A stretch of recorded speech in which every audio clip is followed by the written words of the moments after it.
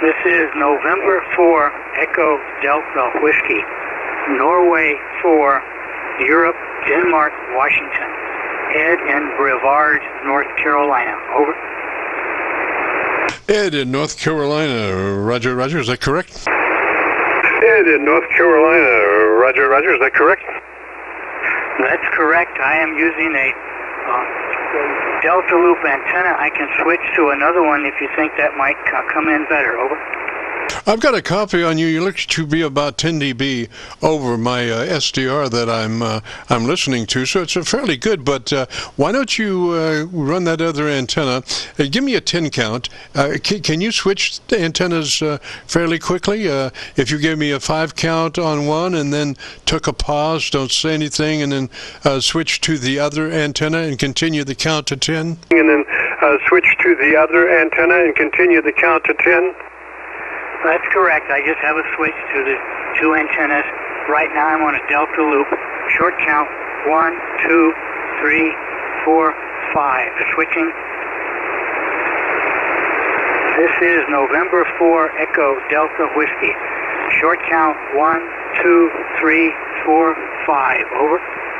Roger, Roger. So on the SDR that I'm copying is up in North Carolina at the moment, and I saw no difference in that signal. In other words, I had set 0 level on your first antenna, and so then when you switched and continued your count, your audio level was still at 0. So I did not detect any shift plus or minus on those two antennas, Roger.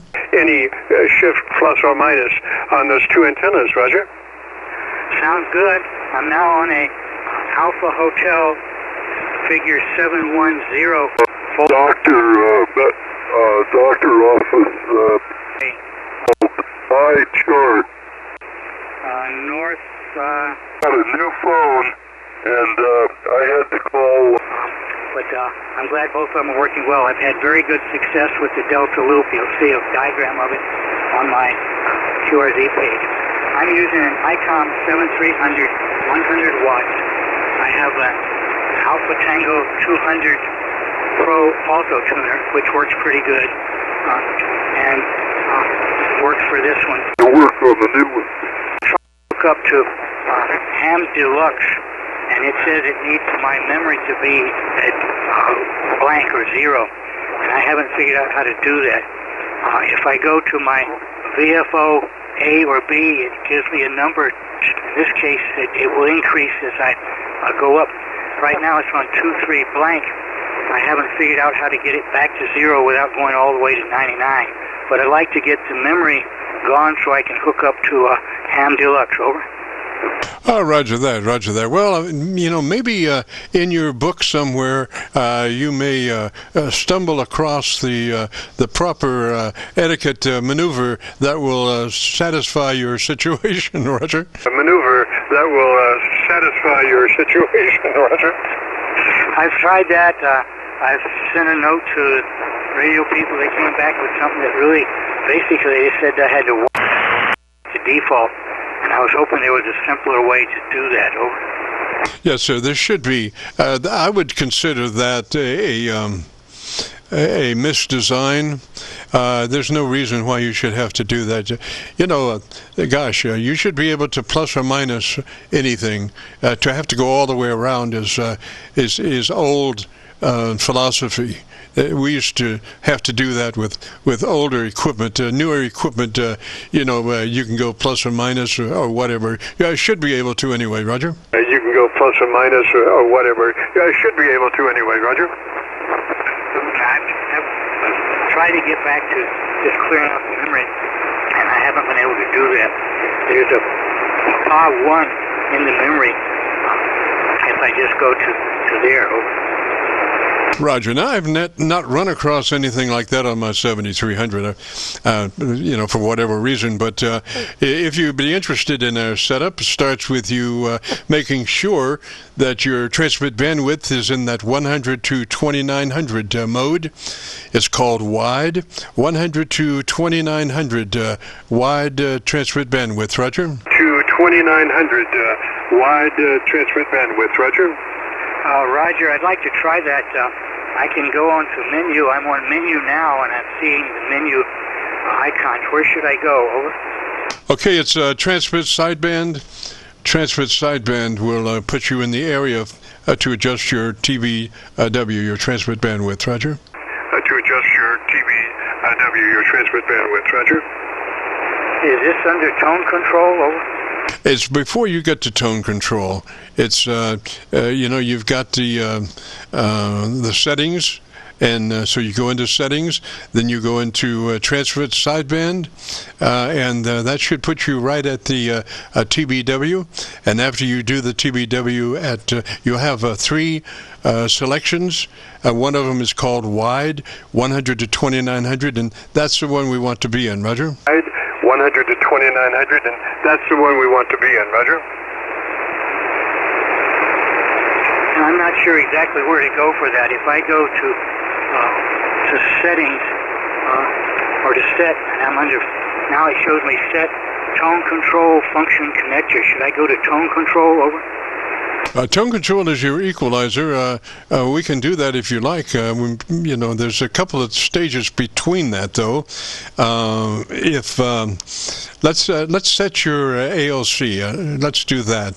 ALC is on the meter there, and as you say the word audio, adjust your mic level control until your ALC meter is running 7 or 2/3.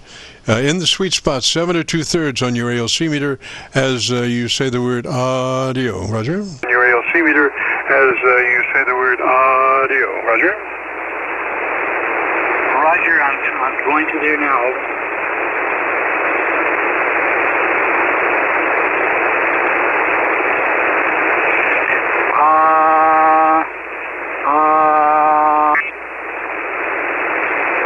Okay, now you don't want to stress it. You want to say it just like you would say any other word in a QSO. Roger, Roger? Just like you would say any other word in a QSO. Roger, Roger?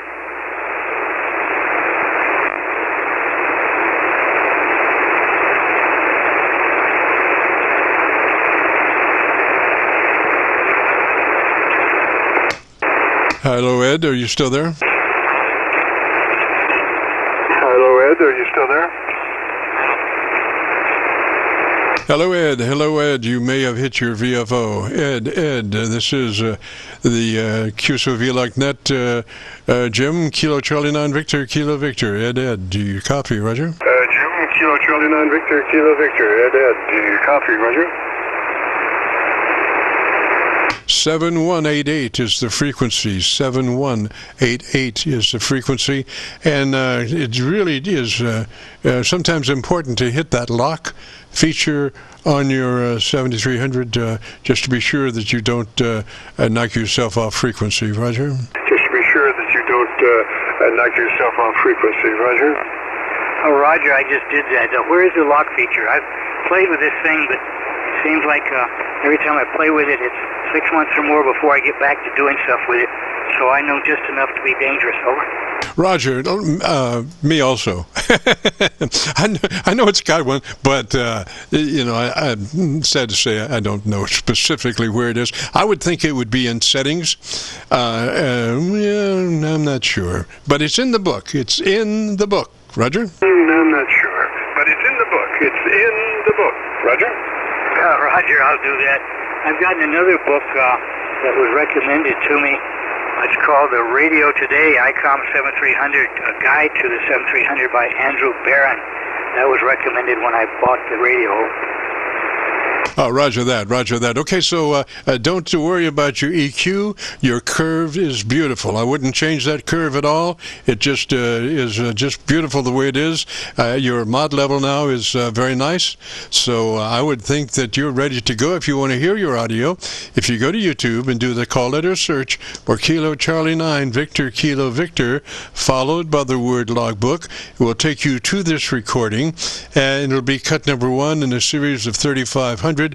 And I'll have it uploaded to YouTube by noon tomorrow. Roger? And I'll have it uploaded to YouTube by noon tomorrow. Roger? Roger, I'd like to try that. I heard someone the other night play back a station that he was listening to. I tried to check on him that I recorded 4 they would Additional map. Feature because some places say it's illegal. Boy, do you know, I've got somebody up in Philadelphia that's been talking on this frequency for I don't know how long. I mean, I don't understand why they perceive, not my signal, but apparently I'm not making the trip to Pennsylvania. I don't know, but I've got 5 internet SDR receivers that I can choose from, and every time I go through Pennsylvania, I hear this guy talking, but I don't hear him on any of the other SDRs, so he must be like half a block away from this SDR receiver or something, Roger? Half a block away from this SDR receiver or something, Roger? Yeah, could be.